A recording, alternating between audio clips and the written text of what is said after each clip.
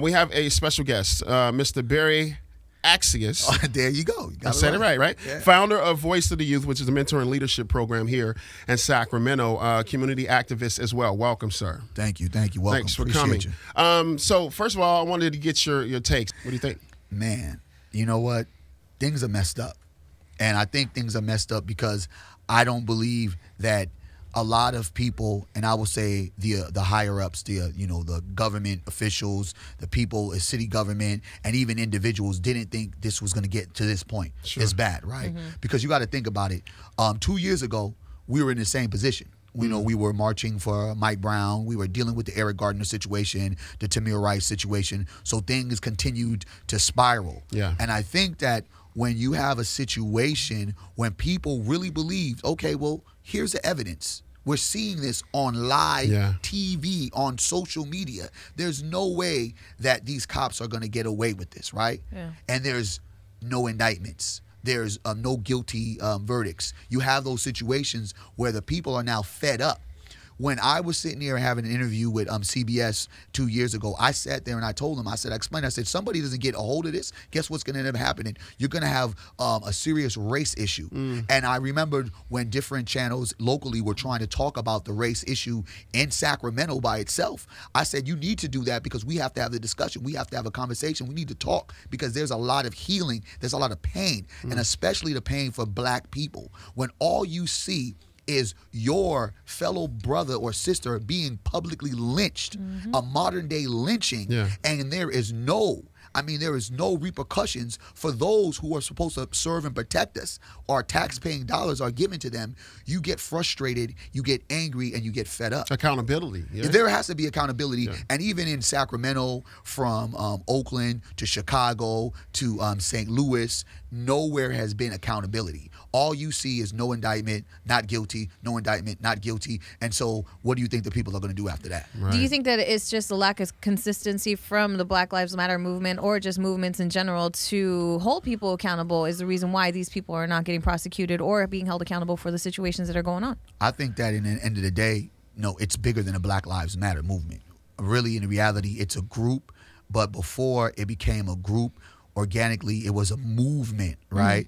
And you can only do so much going on the streets, picketing, petitioning and protesting, and you can do so much.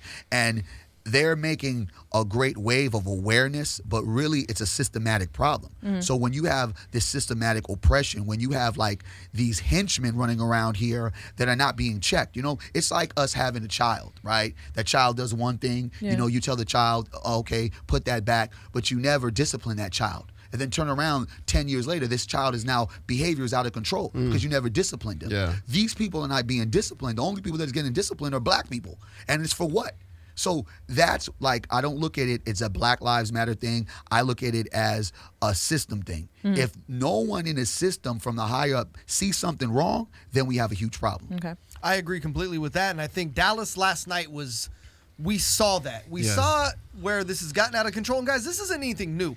No. Over the last 2 or 3 years, it's become more publicized because of the modern day use of the internet and social media. And but cameras, this has been happening well before any of us in this room were born. Agreed. You know what I mean? This has been a problem. But now because of social media and everything, it's caused everyone to be aware of it. And what we're seeing now is that boiling over. And you get to a point where there are people in this world, I feel, that see it now as, okay, you're not going to do anything, well, an eye for an eye. While I'm not endorsing that, I think that is what we saw last night. And a big reason why is because what he just said, our elected officials, the chiefs of police are not being held accountable. The people that did these acts are not being held accountable. And unfortunately, this is what you're seeing. And it's starting to spill over, and this is getting bad. Here's the thing, what I look at. The OJ trial. Remember the OJ Yes. trial, right? Remember we all remember the OJ course. trial, right? Yeah. And we It's watch being it brought now. up, Brought yeah. up, right? On ESPN. You had all pretty much a whole almost all black jury, right? Yep. For the most part. And he was acquitted.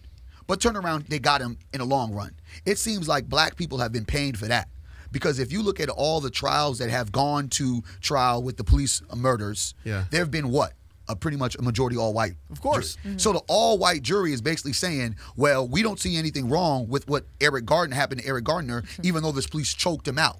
We don't see anything wrong with this young 12-year-old kid who had a BB gun or whatever he had, a toy gun, getting shot by this police. We don't see anything wrong about what happened with Mike Brown. So white jurors are basically saying black lives don't matter, and they're basically saying, well, you know, these police can do nothing wrong. So when people see that, and when we touch around with Dallas, watch how the media plays it. The media played it that it was 2 black snipers, and then all of a sudden they broadcasted, they put these people out there. So now the sense of fear is like, again, with the black people. Then all of a sudden, guess what? They released them. So we don't even really know what happened in Dallas. And I would like to say we have to be very careful how we look at what they're telling us about that Dallas shooting, because you have something like that happens, it takes away the focus on what we need to be focusing on. And that is the 2 black males in Minnesota and Louisiana that was murdered.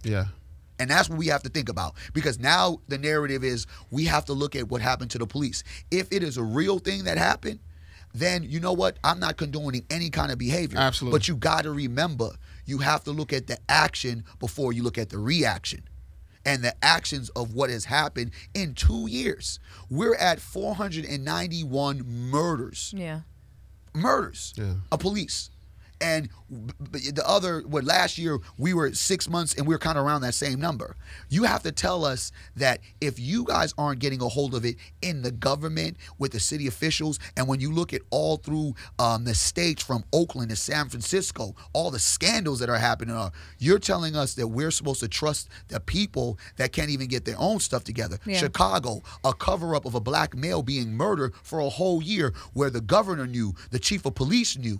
These things are happening constantly, and don't get it twisted, Sacramento has big issues as well. So you deal with a lot of kids.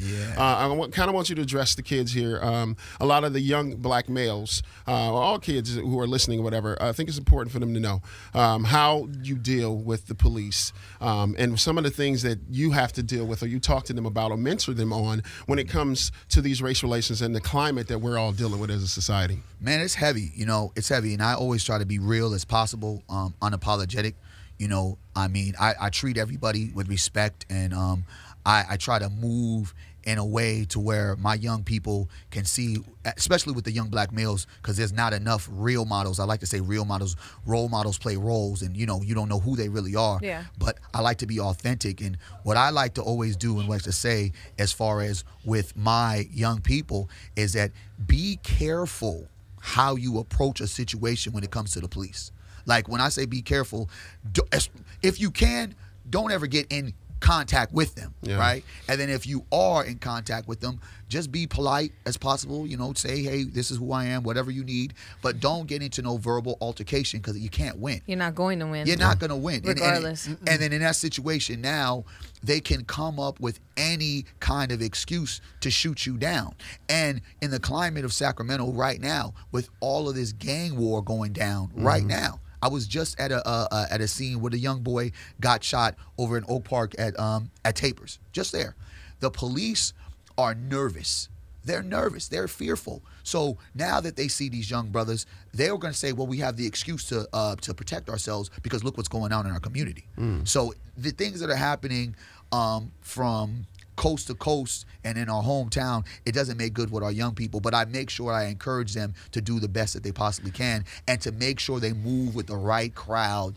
And I don't really look at it like, oh, if they sag their pants or they cut their dreads, that, you know, they'll be looked at differently. It doesn't matter, because back in the day, we were wearing suits and ties and we were still getting lynched. But so that's a conditional type of situation to put anybody in. It's just like telling a woman maybe if she didn't dress so provocative, she wouldn't get raped. It's the same type of connotation. Like, why would you even say that to someone? But as a youth leader, have you ever thought that maybe you should meet with the chief of police to have a conversation about our youth and how to approach them and how to talk to them, considering you're so in touch with them? Well, here's the funny thing about it. Like, again, in 2014, 2015, you know, me and one of my community partners, we actually did forums. And we did some forums with the police officers. They came out, and it was trash. Like, the first one was cool, but then it was just trash because there's no accountability. right? And I do, unfortunately, I have to, with the work that I do with things surrounding our city. Right now, I'm pushing Don't Shoot Our Future Down with my brother, Pastor Les Simmons. We're really pushing a change in our community, creating one community where we're not looking at the differences of our communities, but we're looking at the similarities. But when we are in these moments with these officers, because we have to deal with them in these situations, you have some officers that are ready to work. Yeah. But then you have those other officers that look at these kids exactly what the stereotypes put about our kids in the media. They dig their heels in. Oh, man. Yeah.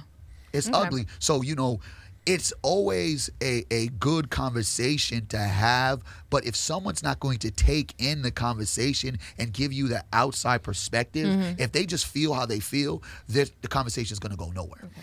Man, I can't thank you enough, man, for coming by. I know we could talk about this forever, but, you know, this is a radio show. We kind of got to move it along a little bit, but I do want you to give your information where people can reach you, where they can get more information, so on and so forth, as to what you do and how you help out in the community. I mean, Facebook, Barry Accius, BERRY, ACCIUS, you know, Instagram, it's at Team Voy, TEAMVOY. I also want to sit there and say, give a shout out to my queens and Team New, and then also Pastor Les Simmons and I are actually doing a Don't Shoot Our Youth Down forum, community forum, inviting everybody. That's July 25th at the Simmons Center, and that is going to be talking about ways that a community can come together and we can have solutions to solving these problems. Because I think if we solve a lot of our problems in a community, problems with the police are going to be solved as well.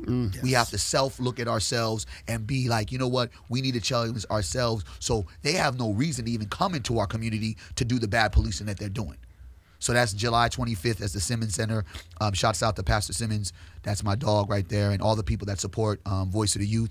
Thank you. And then also Rob Brown and I are going to be doing MOB July 17th. Nice. That's at Another Look barbershop.